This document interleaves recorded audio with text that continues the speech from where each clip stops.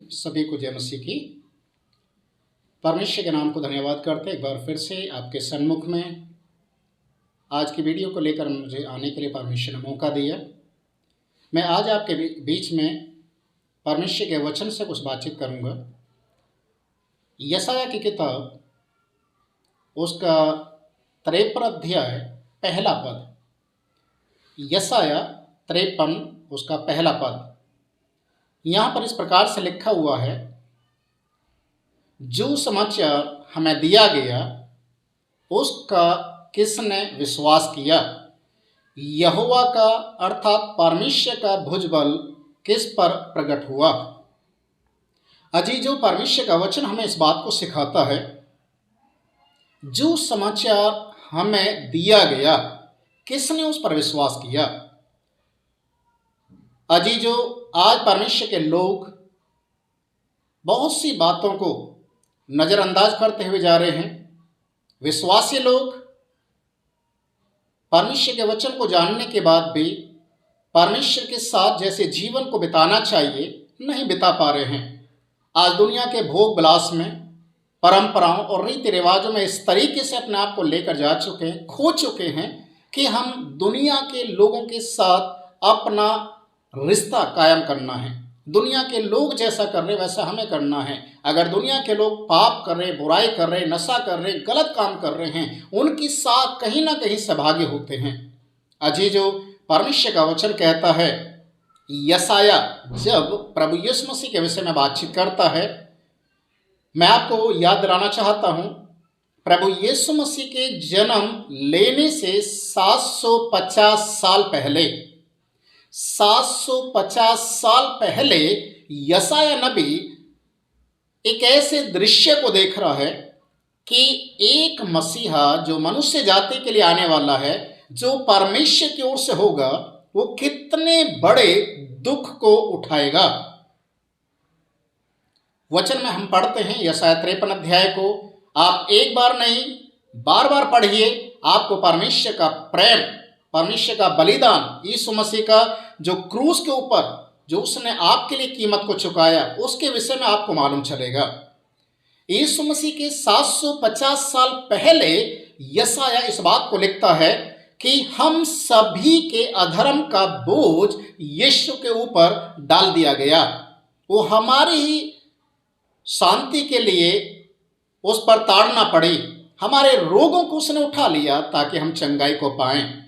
अजीजों, आज इस सुसमाचार को जो विश्वास करते हैं, जो परमेश्वर के वचन के अनुसार चलते हैं, जो परमेश्वर के दागों को अपने शरीर पर महसूस करते हैं कि यीशु मसीह ने मेरे लिए अपनी जान को दिया, अजीजों, वे लोग परमेश्वर के उस भुजबल को अपने जीवन में प्रकट कर सकते हैं, महसूस कर सकते हैं कि मेरा परमेश्वर का अनुग्रह मेरे ऊपर है। पौलुस एक बात को कहता है, जब मैं निराश होता हूं, जब मैं दुखी और लाचार होता हूं, जब मैं विवश हो जाता हूं, तब परमेश्वर का वचन मेरे पास आता है और वचन इस प्रकार से मुझे उत्साहित करता है, मेरा अनुग्रह तेरे लिए बहुत है, मेरा अनुग्रह तेरे लिए बहुत है। अजीजों, आज परमेश्वर के वचन को जब हम जानते हैं, जब परमेश्वर के वचन को हम सुनते हैं कि परमेश्वर का भुजबल किस पर प्रकट हो रहा है। आज कलीसिया के लोग रो रहे हैं, दुखी हैं, लाचार हैं, कर्जे में डूब रहे हैं, समस्याओं को दावत दे रहे हैं। आज उनसे बाहर आने की जगह उनमें और फंसते हुए जा रहे हैं। ऐसा क्यों? जीवन में शांति नहीं है, हमेशा बेचैनी शरीर में बना रहता है, घबराहट, कोई आ ना जाए, कोई मेरे साथ आकर बदतमीजी ना कर जाए। क्यों? क्योंकि उन्होंने परमेश्वर के वचन को जानने के बाद भी परमेश्वर के योग्य परमेश्वर को धन्यवाद नहीं दिया। अजीजों, वचन में लिखा पौलुस गलातियों की किताब उसके 6 अध्याय को जो हम पढ़ते हैं, उसके 14 पद से ऊपर में जब पढ़ते हैं तो वहां पर लिखा हुआ है कि मैं मसीह के साथ क्रूस के ऊपर चढ़ाया जा चुका हूं। जैसे यीशु मेरे लिए क्रूस के ऊपर चढ़ा, मैं भी संसार की दृष्टि में संसार के लिए मैं क्रूस के ऊपर चढ़ाया जा चुका हूं। कोई आगे को मुझे दुख ना दे, क्योंकि मैं मसीह के दागों को अपने देह के ऊपर लिए फिरता हूं। मैं महसूस करता हूं कि मेरा प्रभु यीशु मसीह मेरे लिए मारा गया।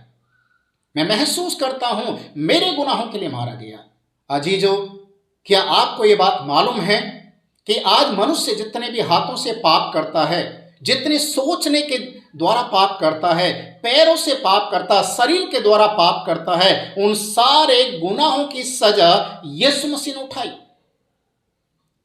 यीशु मसीह के हाथों में कील इसलिए ठोकी गई क्योंकि हमने अपने हाथों को कुकर्म करने के लिए, बुरे काम करने के लिए हाथों को बढ़ाया। हमने गलत सोच, गलत विचारों को अपने दिमाग में रखा, इसलिए यीशु मसीह के सर के ऊपर कांटों का ताज रखा गया। हम गलत मार्ग पर चले, पाप करने वाले मार्ग पर चले, इसलिए यीशु मसीह के पैरों में कीलें ठोकी गई। हमने शरीर के साथ गलत किया, परमेश्वर के मंदिर को अपवित्र किया, इसलिए यीशु मसीह के शरीर के ऊपर 39 कोड़े मारे गए। अजीजों, किसके लिए? आपके और मेरे गुनाहों के लिए यीशु मसीह ने इतने बड़े बलिदान को दिया। यशायाह जब उस दृश्य को देख रहा था, यीशु मसीह के 750 साल पहले उसके शरीर के रोंगटे खड़े हुए थे। वो डरा हुआ था, घबराया हुआ था कि मेरा मसीहा मेरे लिए कितना बड़ा बलिदान देने के लिए चाह रहा है। फिर भी हमने उसके मूल्य को नहीं जाना। वचन में लिखा, किसने सुसमाचार पर विश्वास किया? जो सुसमाचार हमें दिया गया, उस सुसमाचार पर किसने विश्वास किया? अजीजों, आज कलीसिया को इस बात को समझने की जरूरत है। पौलुस कुरिन्थियों की कलीसिया को इस प्रकार से लिखता है कि आज क्या मसीह बट गया है? कौन तुम्हारे लिए क्रूस के ऊपर चढ़ा? तुमने आत्मा में आरंभ किया और अब शरीर के द्वारा उसको खत्म कर रहे हो, उसकी कटने को कर रहे हो। आत्मा में आरंभ किया, तुम्हारी तो मानो आंखों के सामने यीशु मसीह को क्रूस के ऊपर दिखाया गया। फिर कौन से सुसमाचार ने तुम्हें मोह लिया कि तुम दूसरे सुसमाचार की ओर चले जाओ? अजीजों, आज हमें समझने की जरूरत है।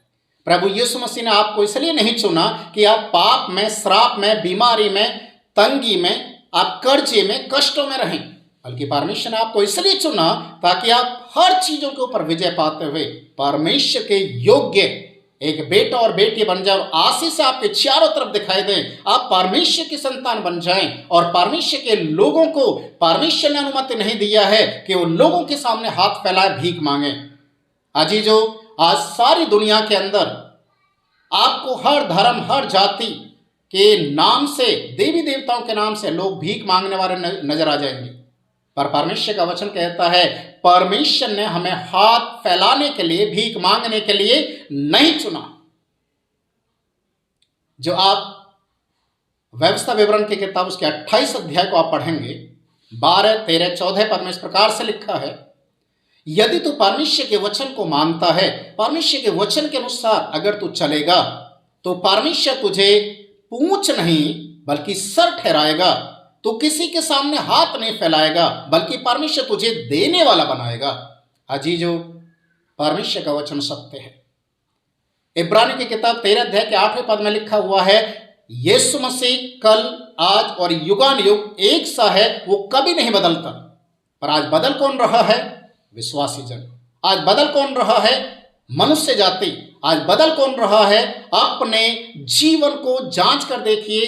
प्रभु यीशु मसीह का वचन जो था वैसा ही आज भी है, पर आप कहां हैं?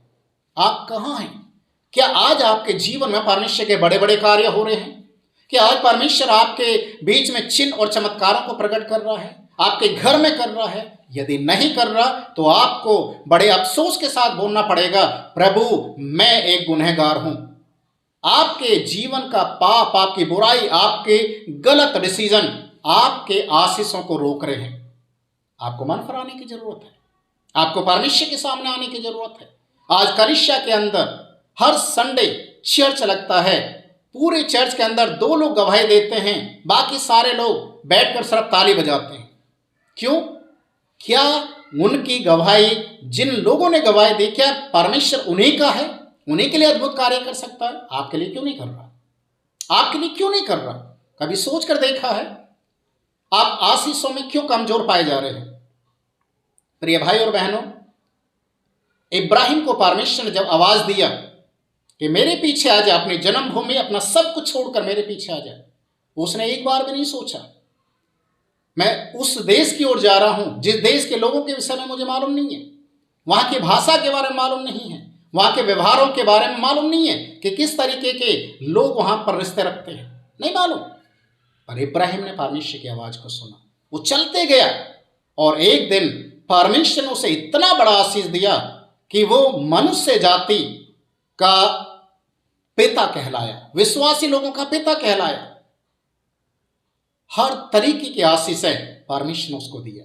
क्या आज आपके जीवन में वो आशीषें नहीं है?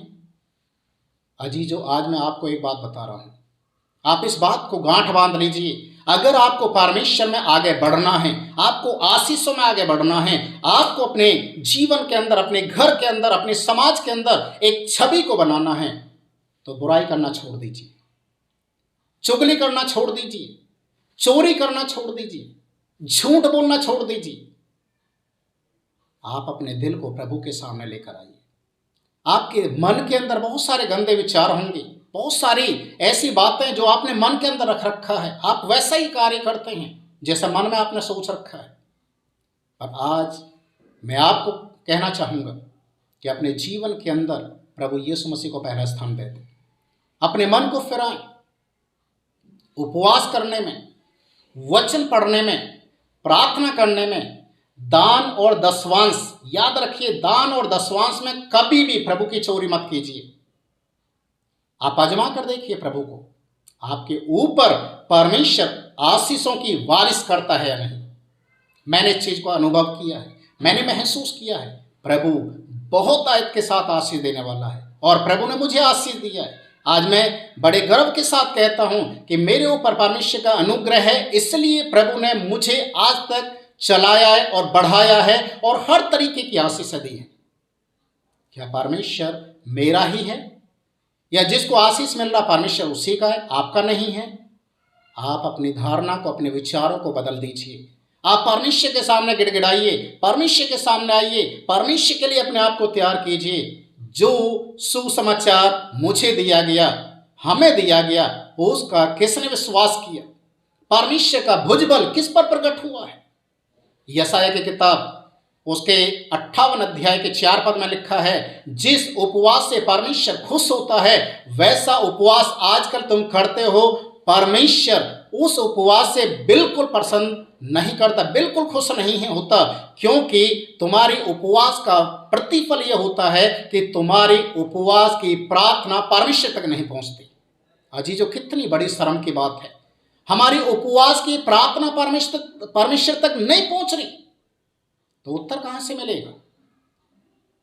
यशायाह किताब उसका 59 अध्याय के पहले और दूसरे पद को आप पढ़ते हैं तो वहां पर लिखा है, परमेश्वर का हाथ इतना छोटा नहीं हो गया कि वो उद्धार न कर सके।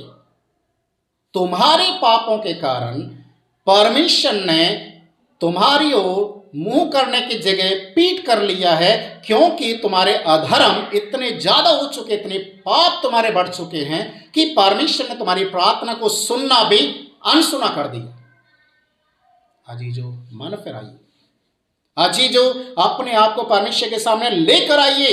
इस सुसमाचार पर, यीशु मसीह के सुसमाचार पर, यीशु आया, यीशु ने दुख उठाया, क्रूस की मृत्यु सहन करी आपके लिए, मेरे लिए, उसने कोड़े खाए, हमारी बीमारियों से हमें चंगाई दी, हमारे आत्मा के उद्धार के लिए यीशु मसीह ने अपने आप को बलिदान कर दिया।